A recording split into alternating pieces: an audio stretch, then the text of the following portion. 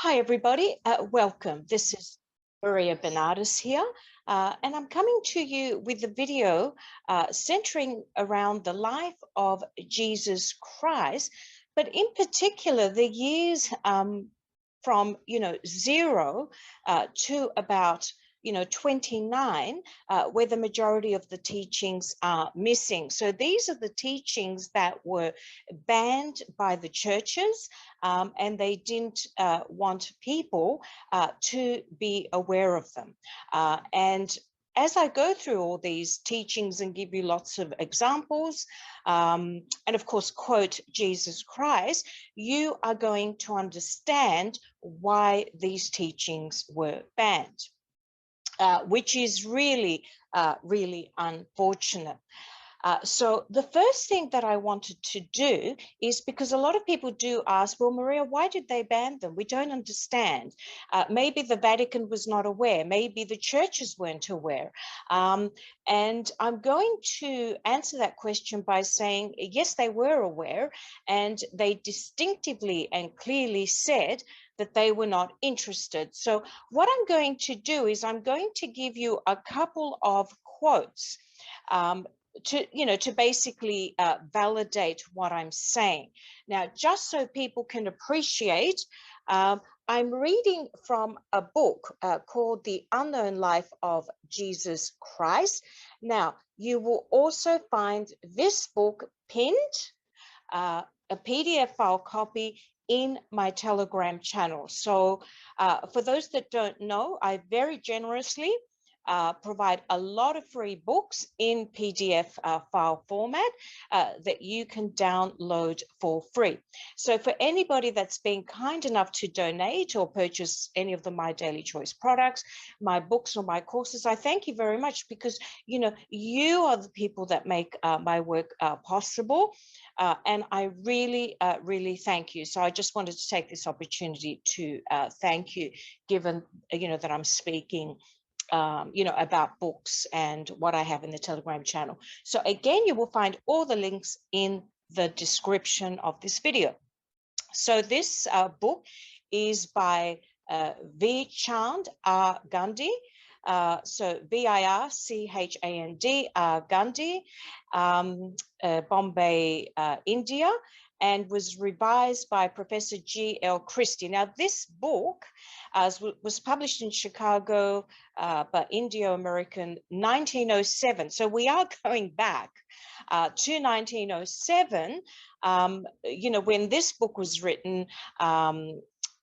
These scrolls were translated of Jesus Christ's infancy, and they got very excited, and they thought, well, let's go and approach the churches and let's tell them about these books. People need to know this is great information. So again, I'm reading from that book I just showed you. So this particular gentleman who was involved in translating and writing this book, because he actually writes about his journey of how he discovered them as well and where in this book. So it's quite extraordinary. I do encourage you to read it.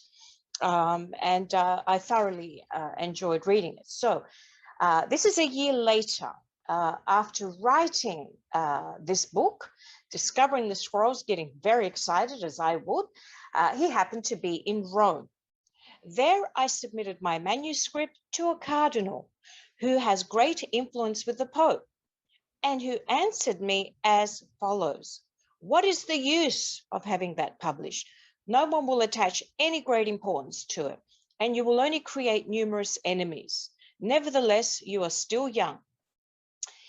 If it is a question of money, which interests you, I can obtain for you a recompensance in exchange for your notes, which will remunerate you well for all the expense and for the time lost. I mean, how disgusting. So in other words, give me your manuscript, give me all your work, give me all this, the translated scrolls, I'll give you some money and let's just be done with it. So it just goes to show, how really how contaminated, the churches are, and a lot of the people really that work in them to say such horrendous things about such great information, as you will discover today.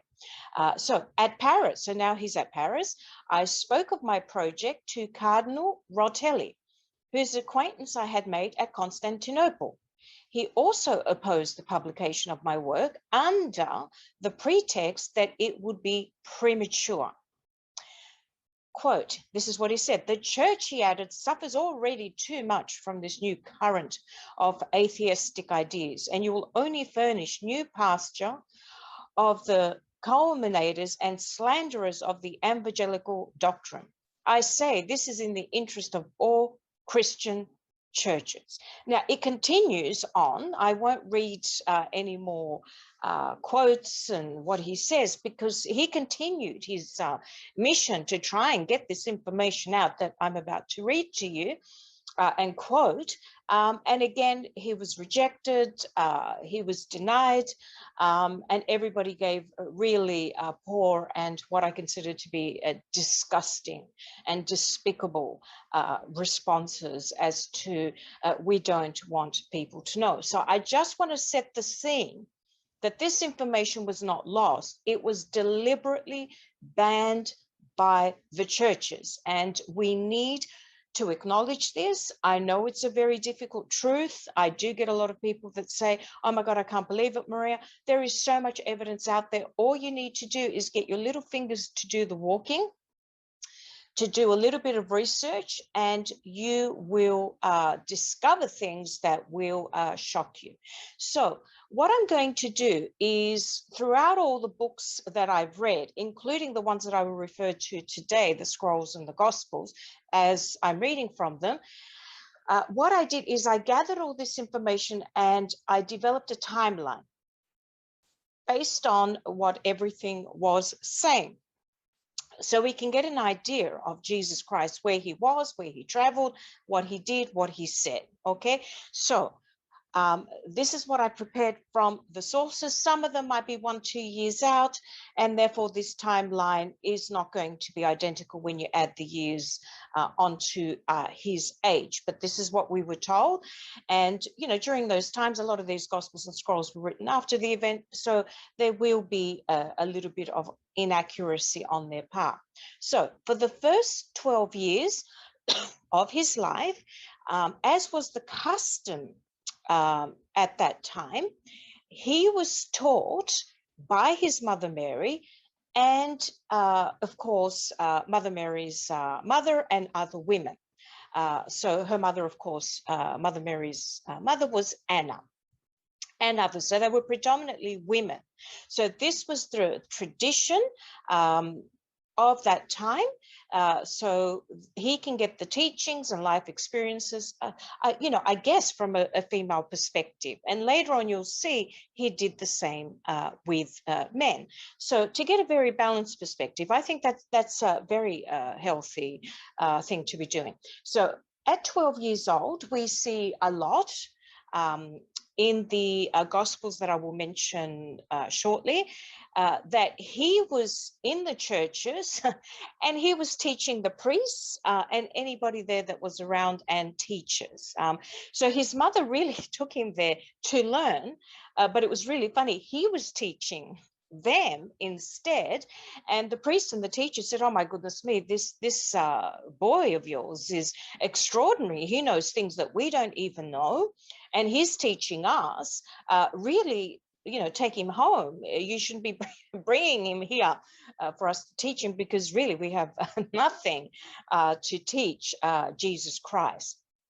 So some of the things that he taught that I'm going to read, because of course I summarized some of these points, which is from the first gospel of the infancy of Jesus Christ.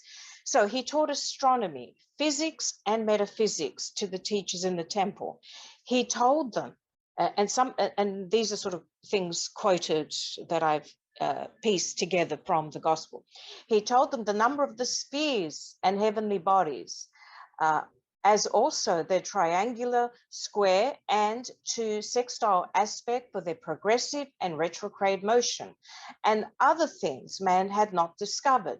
Also those things above and below, the power of nature, the powers of the body and its humors and their effects, the nerves, the arteries, and how the soul operated upon the body. So in other words, he knew the anatomy, he knew biology, astronomy, architecture, and the list goes on and on and on. So clearly, extraordinary, well-guided man, of course, well guided by his father, the creator God. Now, at the age of 18, again, as was customary, he went to the tribe of Judah and learning the laws, with the men. So exposure to all those laws, and that was for 7 years. So the 77777 comes up quite often. So 7 years there, 7 years there learning. So it's really quite extraordinary. So, after that, he spent, after the 7 years, he spent a lot of time conversing with God. So in other words, conversing with his father and his father, our creator God alone. And these are some of the things, of course, from the same gospel that I quoted before, that he learned. Now, everything I'm quoting is not exhaustive, okay? I just don't want to read through, 20 pages. So please look up the Bible and, you can get more details there. And he learned the language of the birds, the healing powers of trees, herbs, flowers, the secrets of precious stones, motions of the sun, the moon, the stars, the powers of letters, the mysteries of the square and the circle, numbers and signs, and so on and so on and so on. The list is endless, okay? Now, after this, so he learned from the women, he learned from the men, he learned the laws of the land. He had dialogue with his father, the creator. So he was very, very well versed in a lot of things. So at the age of 14 is when he started to travel around the world. So some of the places we are told is he went to Assyria, he went to India, he went to Egypt, he went to Tibet, he went to Persia. So he traveled extensively, to explore, to see what are they teaching? Is it in line, with what my father said? And of course, he found, as I'll continue later on, he found a lot of things that they were teaching were not in line, and he did have to correct them. And one of those was, of course, the many sacrifices, that they did with animals. So, some of the things he learned was, the ancient temple healing practices, and the mystery school initiatic teachings.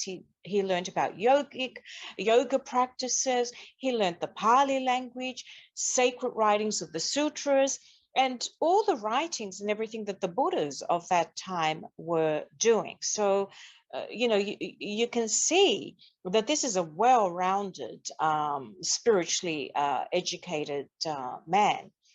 And at 29, he returned to Israel. So much of what we hear about Jesus Christ is in those 5 Gospels, plus all the other Gospels that were suppressed, because the Bible, again, does not have everything, unfortunately. How can a little book like that possibly cover every aspect of Jesus Christ's life? It doesn't. That's the truth, okay?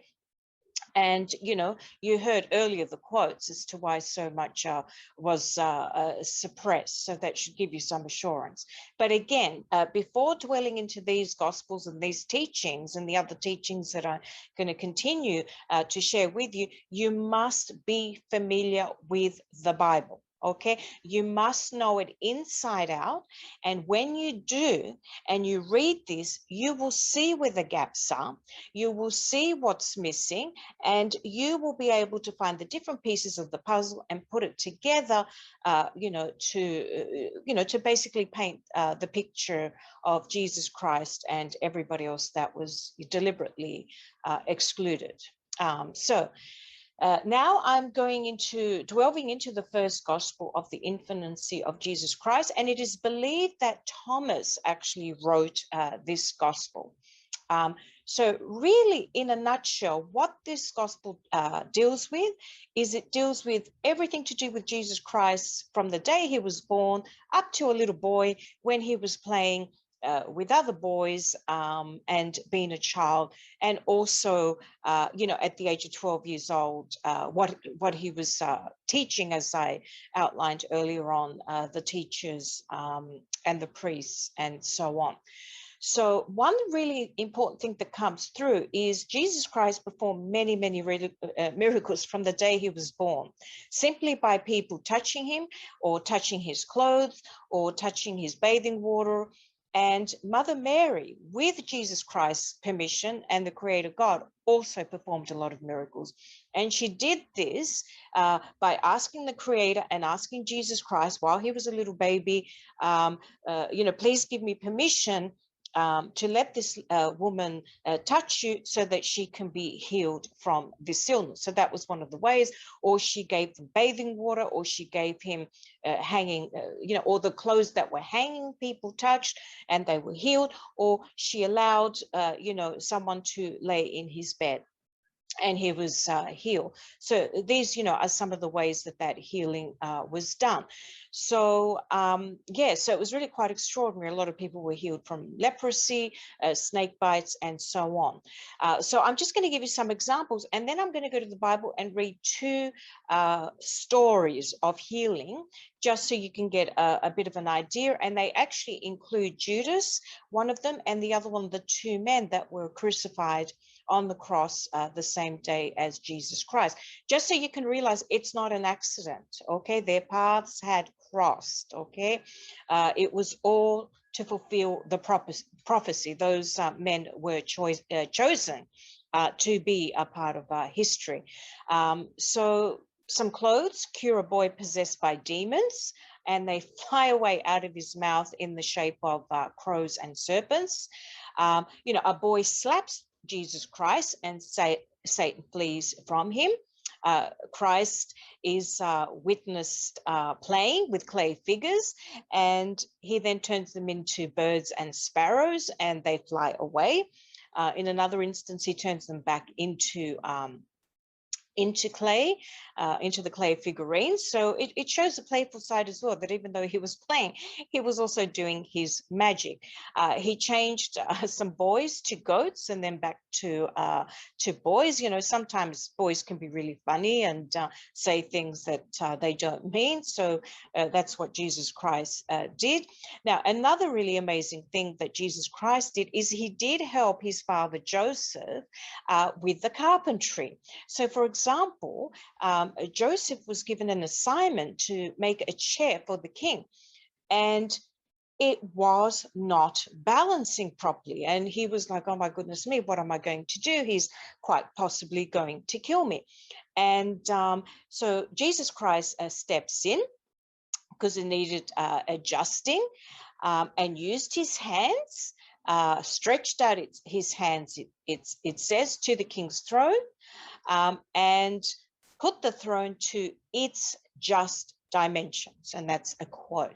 So, he even used his amazing powers to do that.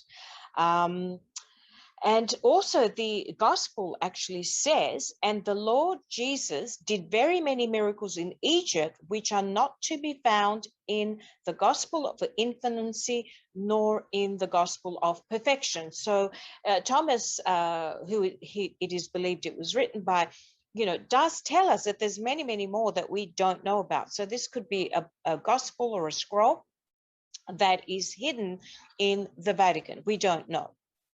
So, as I said, there are specific examples in the infancy of people having interactions with Jesus Christ and him healing them in some way or another, or interacting with them. There are also in the King James Version of the Bible. This includes Bartholomew, it includes Judas, it includes Simon, it includes Titus and Demarcus, who were the ones on the cross. Okay, so this is very interesting information that has not been given to us.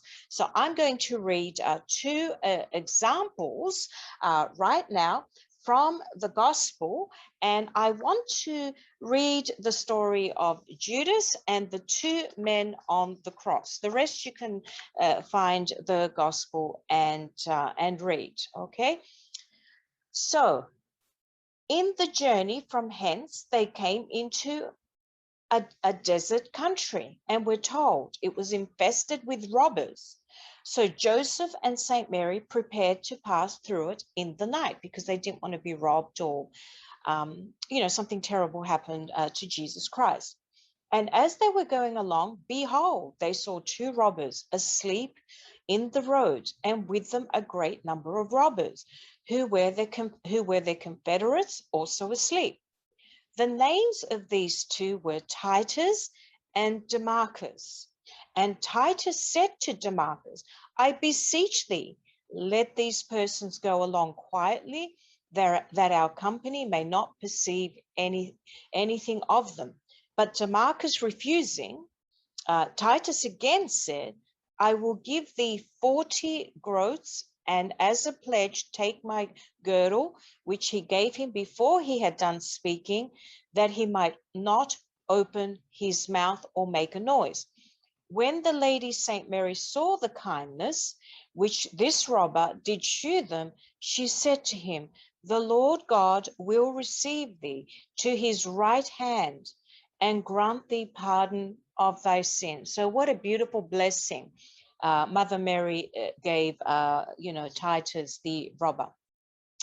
Then the Lord Jesus answered and said to his mother, when 30 years are expired, O mother, the Jews will crucify me at Jerusalem, and these two thieves shall be with me at the same time upon the cross.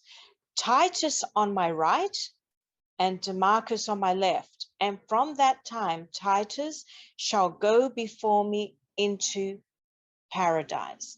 So isn't that beautiful? He's giving him a promise that you'll come with me for this beautiful good deed that you've done to paradise. And when she had said, God forbid this should be thy lot, O my son, they went on to the city, which were several idols, which as soon as they came near to it, was turned into hills of sand. So even those horrible idols, false idols, as he walked by, they turned to mountains of sand. So quite fascinating, a bit of information that, of course, was, deliberately left out, but paints a beautiful picture as to why one went to paradise. Jesus took one to paradise, and why not? Because this is the encounter they had when he was a little boy. So this one here is to do with Judas. Okay, so this is Judas who basically surrendered God and betrayed him and so on. But as I've mentioned in the previous show with Nicholas Benjamin, there is evidence to indicate that he was chosen by Jesus Christ because that was the prophecy that had to be fulfilled. So someone had to do it. Judas was selected, and he was selected, and I'm about to give you the evidence, when he was a little boy, and they used to have interactions. And again, that is said in the Gospel of Judas. So, please read that. It's there in black and white as well. So, there's several Gospels that tell the same story, so by different people. So they can't all be collaborating and, writing false things. So another woman likewise lived there whose son was possessed by Satan. This boy, named Judas, as often as Satan seized him, was inclined to bite all that were present. I'm sorry, I shouldn't be laughing, but it's funny in a way, because I just can't believe the coincidence of Jesus Christ and Judas meeting at this time and interacting, and that we did not know this. So what would happen to him when he was seized by the demons and the Satan? He would bite people, basically. And if he found no one else near him, he would bite his own hands and other parts. Okay, so if no one's next to him, he would bite himself. But the mother of this miserable boy, hearing of Saint Mary and her son Jesus, arose presently, and taking her son in her arms, brought him to the Lady Mary. Why you would do, keep the distance. In the meantime, James and Joseph had taken away the infant, the Lord Jesus, to play at a proper season with other children. So meanwhile, Jesus is playing with other children. And when they went forth, they sat down, and the Lord Jesus with them. Then Judas, who was possessed, came and sat down at the right hand of Jesus, at the right hand of Jesus. When Satan was acting upon him as usual, he went about to bite the Lord Jesus. And because he could not do it, isn't that interesting? Because he could not do it, he struck Jesus on the right side so that he cried out. And in the same moment, Satan went out of the boy and ran away like a mad dog. This same boy who struck Jesus, and out of whom Satan went into the form of a dog, was Judas Iscariot, who betrayed him to the Jews. And the same side on which Judas struck him, the Jews pierced with a spear. So that's the right side. That's why I kind of emphasize the right side, because, you know, that's not an accident as well. So very interesting stories. Now I'm going to journey and take you to his travels around sort of, you know, India, Tibet, and all those places that I discussed before. And this is out of the life of the Holy Issa, ISSA, sometimes referred to as the Tibetan Gospel. Okay, and as we said before, 14 years old was when, you know, he sort of left Israel to go and travel. And he learned, you know, at the ancient temples, healing practices, you know, mystery school initiatic teachings, yogic practices, excuse me, and more.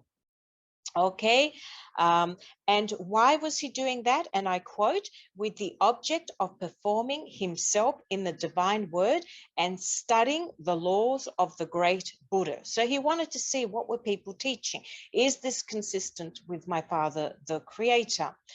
So in the country of Orissa, or India nowadays, they taught him to read and understand Vedas, to cure by aid of prayer, to drive out evil spirits, and so on and so on. Now, I've got some notes here of some of the things he taught, and then I'm going to quote some things out of the gospel.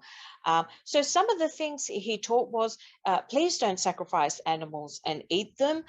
Do not worship idols, okay, wooden objects, and so on. Please worship the creator God, who creates everything. Which is consistent with, you know, the 10 commandments.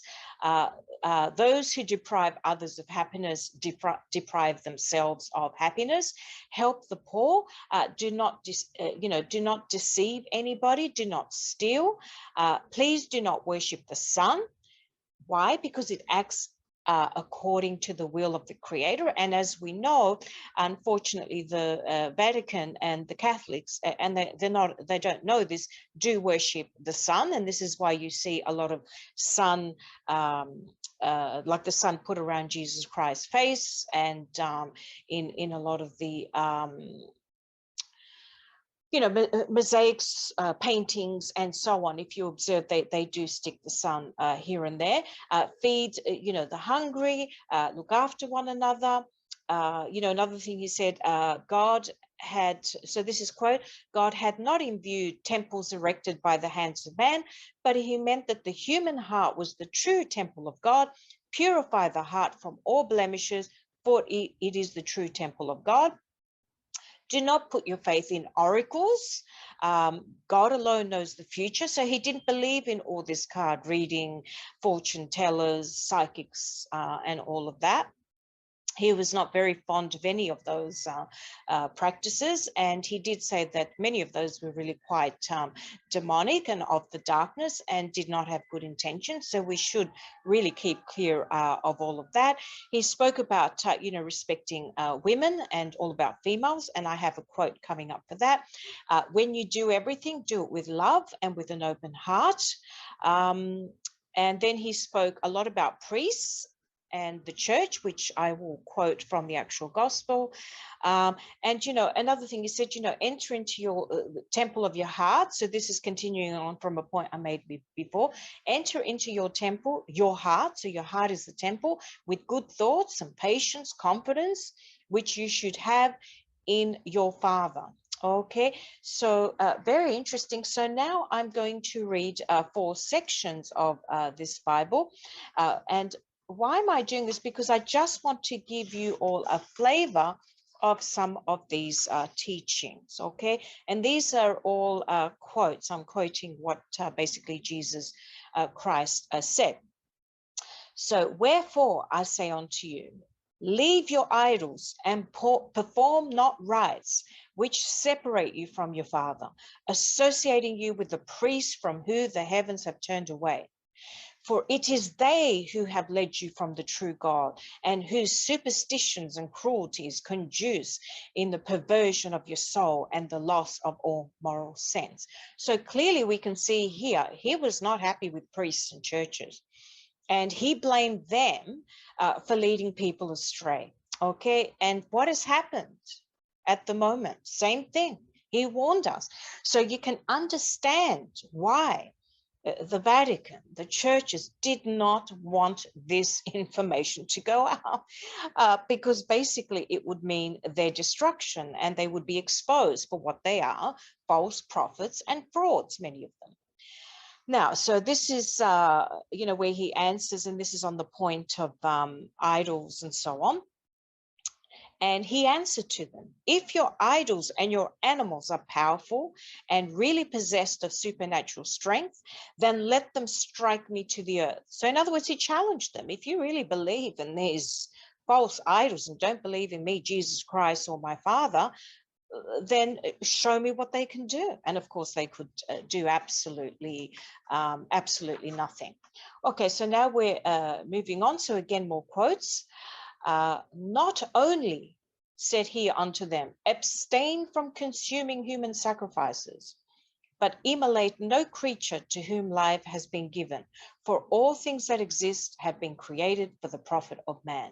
Do not steal the goods of your neighbor, for that would be to deprive him of what he has acquired by the sweat of his brow. Deceive no one, so as to not be yourself deceived. Endeavor to justify yourself before the last judgment, for then it will be too late. Do not give yourself up to debauchery, for that would be to violate the laws of God. And sorry, before I should have said the brow. The sweat of the brow, I beg your pardon. You shall attain to supreme happiness. Not only, so this is how you gain happiness. This is what he said. You shall attain to supreme happiness, not only in purifying yourselves, but also in guiding others in the way that shall permit them to gain original perfection. Okay, so a lot of these sayings and things were also said by the ancient Greeks. And so when a lot of people are reading my book, Cooking and Eating Wisdom for Better Health, or they're doing my course, which helps to ascend you to Christ consciousness, which you can find on my website, you'll find a lot of commonality in what I'm saying in there that the ancient Greeks said and what Jesus Christ said. So not an accident, not an accident. But said, okay, so, all right. Okay, so I'll start here. It is to me and to me alone that you owe all that you possess. All that is to be found about you, above you, and below you. In other words, give credit to the Creator. He gives us everything above and below. But, said the priest, how could a people living according to the rules of justice if it had no preceptors? Then Isa, which is another name for Christ, answered, so long as the people had no priests, the natural law governed them, and they preserved their candor in their souls. Their souls were with God, and to commute with the Father, they had the recourse to the medium of no idol or animal, nor to the fire, and as is practiced here. You contend that must worship the Son, the Spirit of God, and evil, Well, I say unto you, your doctrine is false, is a false one, the Son acting not spontaneously, but according to the will of the invisible Creator who gave it birth. So here he is saying to the priests that you're the issue. People didn't worship idols and do all of this stuff before you priests and all of you came along.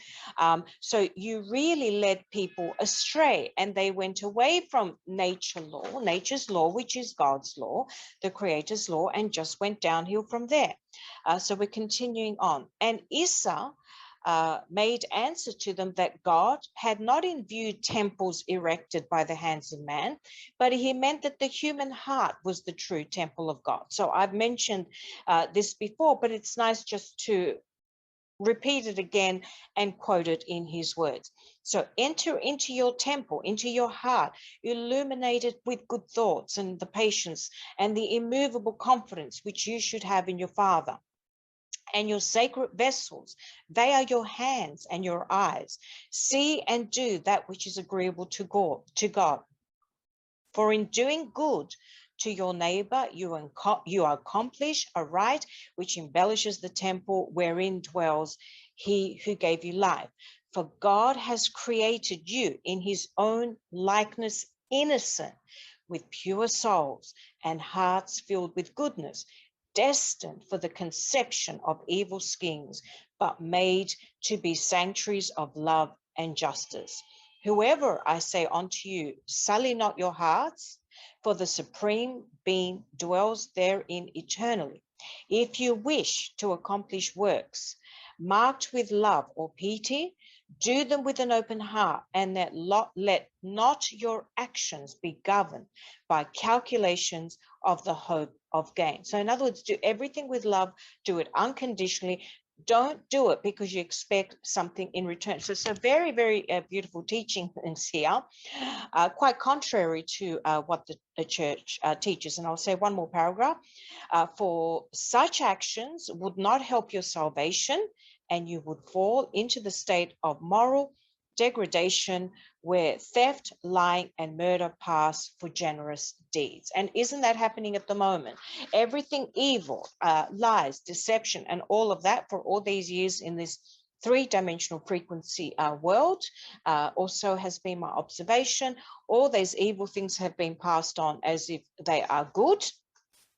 And anything good and honest has been passed off as if it is evil. So we've been living in an upside down world, so to speak. So I want to read a few sentences about women, because he spoke about women and their importance quite extensively. And the reason why I'm doing this is because I can only speak for the Greek Orthodox Church, which is the faith that I was raised. I can always remember that us women were told how to dress, that we shouldn't go to church when it was that particular, time of the month for females. We couldn't go certain areas of the church. There were certain positions we couldn't hold. There were certain things we could say, we couldn't say. Oh my God, we were just controlled and treated really in the church, as far as I'm concerned, as a second-rate citizen. And I could never understand it. And I always thought, God made male and female. My understanding, he made us equal. Why is the church not treating us equally? So here we go. So then Isa, of course, Christ, held forth, it is not meet that a son should set aside his mother, taking her place. Whosoever respecteth not his mother, the most sacred being after his God, is unworthy of the name of the Son. Listen then, for what I shall say unto you. Respect women, for she is the mother of the universe, and all the truth of divine creation lies in her. She is the basis of all that is good and beautiful, and she is also the germ of life and death. On her depends the whole existence of man, for she is natural and moral support. She gives birth to you in the midst of suffering. By the sweat of her brow, she rears you, and until her death, you cause her the gravest anxieties. Bless her and worship her, for she is you, one friend, your one support on earth. Respect her, uphold her. In acting thus, you will win her love and her heart. You will find favor in the sight of God, and many sins shall be forgiven you. In the same way, love your wives and respect them, for they will be mothers tomorrow, and each later on the ancestress of a race. Be lenient towards women. Her love ennobles men, softens his heart as hard, tames the brute in him, and makes of him a lamb. The wife and the mother are the inappreciable treasures given unto you by God. They are the fairest ornaments of existence, and of them shall be born all the inhabitants of this world. So very, very beautiful teachings there in that gospel. Now, there are further teachings that I would like to refer to, and they are in this book. Okay, I have pinned this book at the top in my Telegram channel, so that you can duck, go and find it. Very easy to find, and it's called Christ the Eternal Tao. Tao, T-A-O, is the word for Christ. So you can see different countries were using their language, you know, for Christ. Of course, you know, they didn't speak English. So this book, I'm just reading, it's Tao Te Ching, so T-A-O T-E-H Ching, C-H-I-N-G. So in these poems, we will look at Christ through the innocent eyes and intuitive vision of Lao Tzu, L-A-O Tzu, and the same time present Lao Tzu's teachings in the light. So basically what this is, because of course Christ did also go there, as we know he was in Tibet and so on. So what they did is they took those teachings and wrote them down. But in this book, which is something that I really, really love, they put them in a poetic form. So it's so beautiful. They're like poems. And not only that, you will notice a lot of the passages made the Bible, but a lot of them did not. So in other words, they gave you the 4 sentences, but they failed to give you the rest. So therefore, the total meaning was lost, okay? And it was incomplete.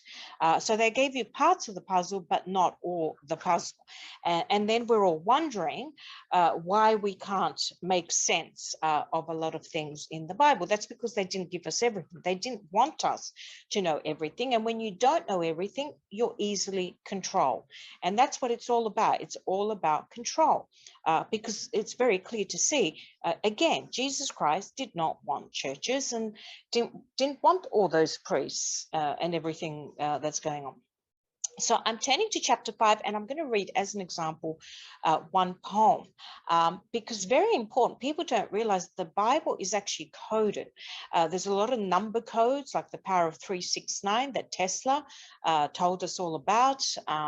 And really through reading the Bible, and I would assume a lot of this, he discovered the power of the numbers and so on. So here we go. Chapter 5. The triangle is the first full form. The 3 is the principle of order, the order that must exist before the multiplicity of things. Therefore, the ancient sage said, so the ancient sage, Jesus Christ, the 3 produces all things, the 3 acting as one not acting without the others. The triad contains itself in perfection, for it is the first that surpasses the dyad, D-Y-A-D. It lies beyond the duality of matter, of subject and object, or of self and other. The triad is beyond the distinction of the one and the many. Its perfection goes beyond the multiplicity of which duality is the root. 2 is the number that separates. 3, the number that transcends all separations. The one and the many finds themselves gathered together in the 3. For the triad, being many, is also a unity, not a unity of self-absorption, but of love. For 3 have one nature, and one will, one power, one operation, as only they do not blend or become confused, but they cleave to each other, having their being in each other. This is the perfect love, the original unity, the original harmony, and the final mystery, to which no human thought has ever succeeded in rising. Now, why did I want to read that? Because a beautiful message comes out of that, but also the power of three. And why Tesla always said, know the meaning and know the power of 369, and you will have uncovered all the secrets of the universe. Now, Metatron, which is something that I wear, which also, of course, is discussed in the Old Testament during King David's days. It was a protection that was given to King David also by God the Creator, has triangles. So this is also a flat Merkaba. And when you look at the Merkaba or Maccabee, it is triangles. Okay, so it's a powerful structure, a powerful geometrical formation.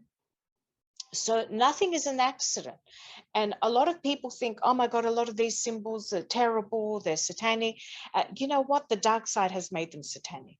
And what we are going to have to do is we are going to have to unlearn all that symbolism that we thought, that is at the moment satanic.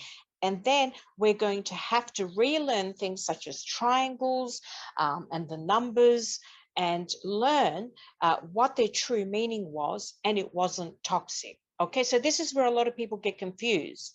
They think that because the dark side made them toxic and evil, they think that they were always that way. No, no, no. A lot of these symbols were used by the ancient Greeks, Egyptians, and so on, and they actually had very powerful meanings. So how do you get people to not discover the real meaning of something that's powerful? You put an evil connotation on these symbols and numbers, and therefore they avoid them and keep them away. So as you can see, this world is extremely upside down, unfortunately, and everything that we've been taught has been incorrect, unfortunately, is what I'm discovering.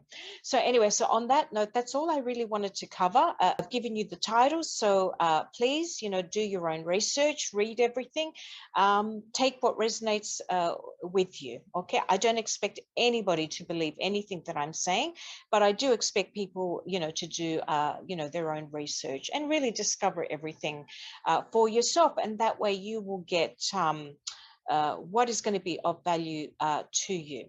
So again, thank you very much for watching. Please share my videos, please like and subscribe. So thank you again, and God bless.